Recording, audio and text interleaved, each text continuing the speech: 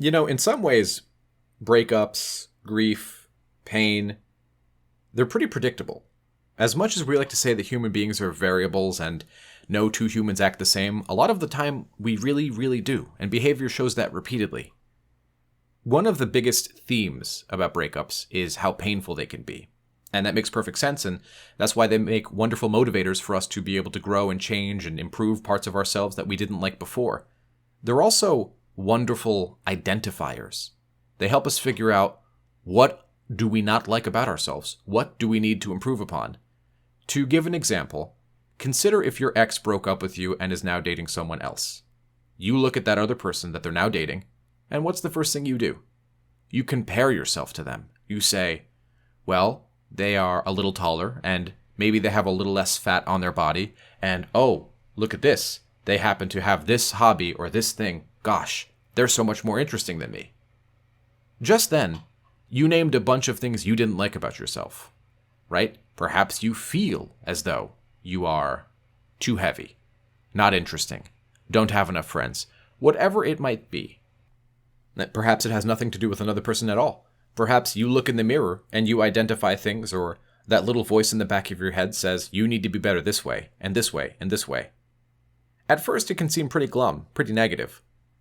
But it's also interesting that these are things that you could improve upon that would make you happier with who you are, that ultimately have nothing to do with your ex. Now, sure, at first, you might be doing these things because you want to win your ex back, and what I would say is that is the most normal thing I've ever heard in my life. But it's interesting that such pain can bring about such positive change. And I want you all to consider something. You know who I am because I went through a breakup. I built this channel and work far too many hours because I went through a breakup. I have financial stability and peace, and I'm able to help others, which brings me a sense of catharsis, because I went through a breakup. What could you be? Who could you become because this breakup happened? What projects could you fulfill because you're going through grief and pain? Now, yeah, I hear you. Breakups are no fun, and feeling negative is no fun. It sucks, and you worry if you're going to ever see that person again, or if you're ever going to be happy again, or if you can ever find someone you feel attracted to again. You're right. My objective here on this channel is not to help take away the pain. It's to help you use the pain in a constructive way, so that you learn to rely on yourself, so that you learn to love yourself. And when you rely on yourself and love yourself, you can learn to trust others, because you know if a situation becomes toxic and negative, you'll try and communicate. And when communication fails, you'll leave. Breakups are supposed to be painful, and many of you are going through intense pain, and you might be asking yourselves if any of this is even logical in any way, shape, or form. And I'm here to tell you that, of course, it both is and is not. Breakups don't play fair, and sometimes you'll nitpick yourself for reasons that had nothing to do with the breakup. You'll worry about things and say, if only I was this way, they would still be with me. A bit of bargaining, maybe. Even though you were that way, whatever that way might be, for years, and your ex was with you. Or perhaps months, or whatever amount of time. But clearly, you are viewing yourself and judging yourself far more harshly than they are.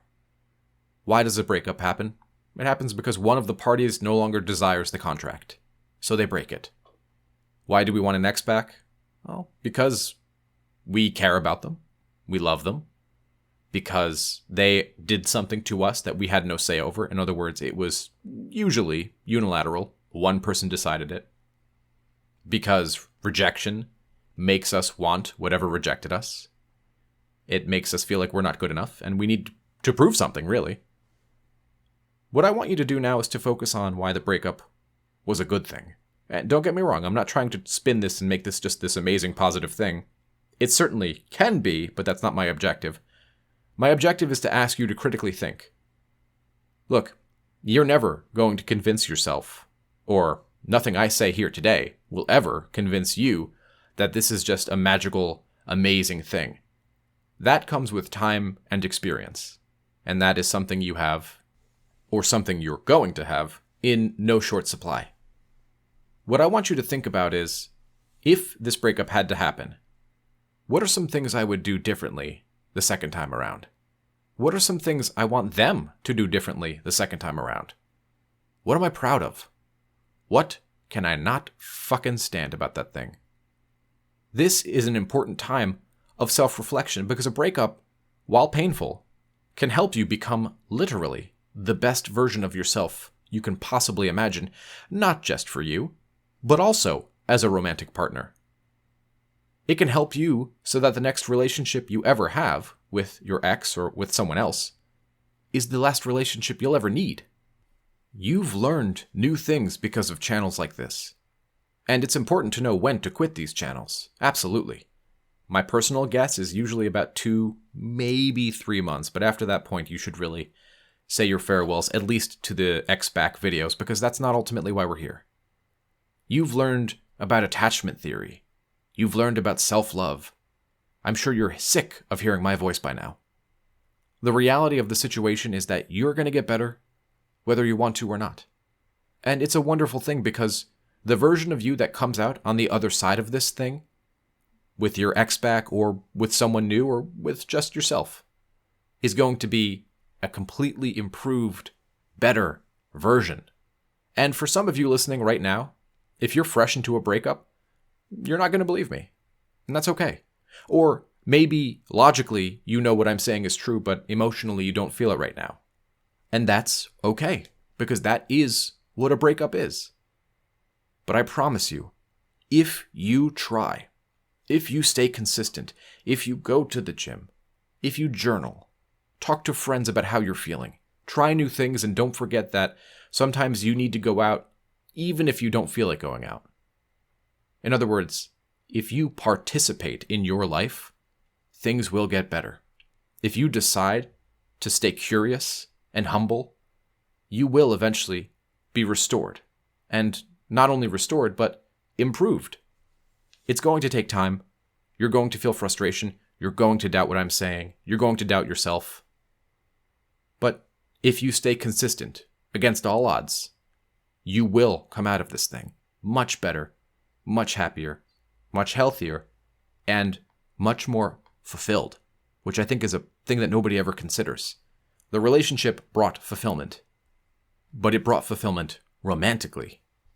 Working on yourself, loving yourself, trying new things, saying yes to possibilities instead of no, being curious rather than cynical, being in awe rather than in boredom. That's how we learn to grow and become more and understand that life is so much bigger than one relationship. And that's not to say that that relationship doesn't matter. It's not to say that our problems mean nothing. But rather it's to say that life does not end at one relationship, at one breakup. You finished chapter 1, and chapter 1 brought you unique problems that you weren't sure how to solve. And you have no idea what solutions lie in chapter 2, and you'll never know if you don't let go of chapter 1. And let go doesn't mean it's unimportant. It doesn't mean it didn't matter. It means you're understanding that you've explored chapter 1 as much as it can be explored, and now it's time to move to chapter 2. New problems, new solutions, new people, new situations, new food, new cultures, all new. Things that you have no idea about. Ways of thinking that you have not yet considered. And look, you guys know me, and I have hundreds of videos. If you don't, welcome the hell to the channel. And you guys know I am not just a hype man. That's not what I do. I like to bring some realness, some logic to what is an entirely emotional situation. I would not say this to make you feel better. That is simply not the way I operate. I'm saying this because it's true. And if we get too trapped into a cynical mindset, it becomes impossible to see. You'll never meet the person of your dreams if you're not ready to. And maybe the person of your dreams is your ex. I don't know. And neither do you. But what I know is you can't meet the person of your dreams, the situation of your dreams, etc., if you're not ready to. So take some time, grow, become curious, self-love, self-help, self-work.